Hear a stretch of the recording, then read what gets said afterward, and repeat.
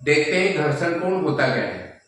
तो मान लेते हैं कि कोई टेबल है, उसके ऊपर एक पुस्तक रखी हुई है। यदि हम न्यूटन की गति के तीसरे नियम से बात करें तो जो पुस्तक है वो टेबल के ऊपर फोर्स लगा रही है और जो टेबल है वो पुस्तक के ऊपर फोर्स लगा रही है। यानी इसके द्वारा जो लगाया गया फोर्स है वो mg, पुस्तक अपने भार के बराबर फोर्स लगाएगी और जो टेबल है वो ऊपर की ओर यानी प्रतिक्रिया पर लगाएगी। अब बात करते हैं कि इस पे घर्षण बल कब लागू होगा। अभी जो वस्तु है वो स्थिर अवस्था में है, यानी इसके ऊपर कोई बल कार्य नहीं कर रहा है, परंतु जैसे ही इसके ऊपर कोई बाह्य फोर्स लगाया जाता है, बाह्य फोर्स लगाया जाता है मतलब ये गतिशील नहीं है, परंतु जैसे इसमें फोर्स लगाया जाता है तो उसी समय जो घर्षण बल है, इस तरह के घर्षण बल वो अप्लाई हो जाता है। जैसे बाह्य फोर्स लगाया जाता है इसको इसके ऊपर सरकाने के लिए, उसी समय घर्षण बल एक्टिव हो जाता है। तो यदि बाह्य बल नहीं लगाएंगे तो ये स्थैतिक घर्षण बल भी नहीं लगेगा, मतलब उस समय तक वस्तु पर केवल न्यूटन की गति का तीसरा नियम लगेगा। जैसे हम बाह्य फोर्स लगाएंगे तो घर्षण बल जो कि गति विरोधी बल है वो इस F के अपोजिट लगेगा। अब जैसे स्थैतिक घर्षण मतलब अब वस्तु गतिशील नहीं है परंतु ये फोर्स एक्टिव हो चुका है, यानी सीमांत घर्षण, सीमांत संतुलन की स्थिति में बाह्य बल और ये सीमांत घर्षण बल।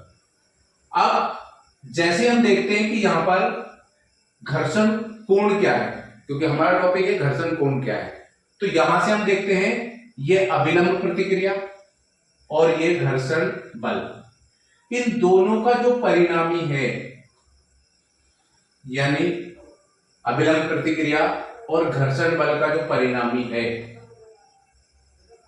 ये, यानी ये पॉइंट अगर हम मान ले ये O A B और इसको मान ले C, यानी O से C जो लाइन है वो अभिलंब प्रतिक्रिया और घर्षण बल का परिणामी है।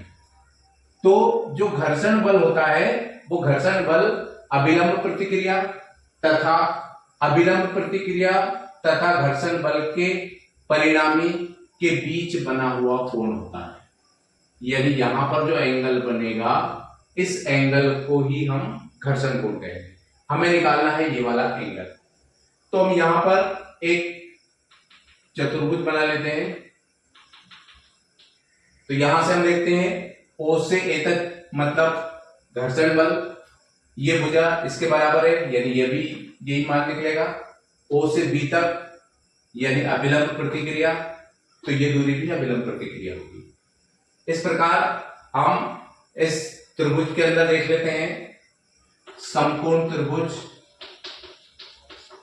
समकोण त्रिभुज O या OBC में देख लेते हैं, OBC में।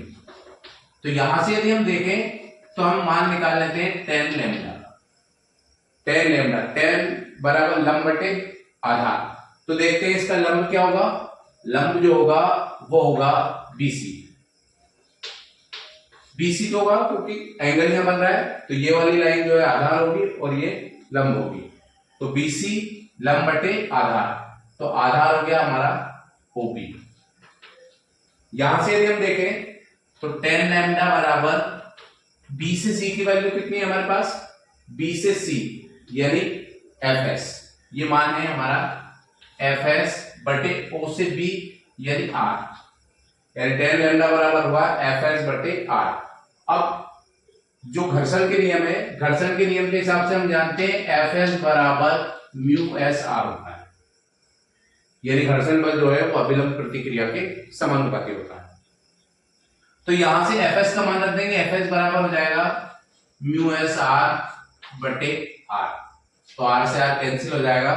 इसका मतलब ये हुआ कि tan लैम्डा बराबर हमें प्राप्त हुआ μs, ये जो है यानी घर्षण कोण की ज्या जो है, स्पर्श ज्या जो है वो स्थैतिक घर्षण गुणांक के बराबर होती है। तो इस तरीके से हम यहां पर या लैम्डा का मान निकालना है तो लैम्डा बराबर tan इनवर्स म्यू एस।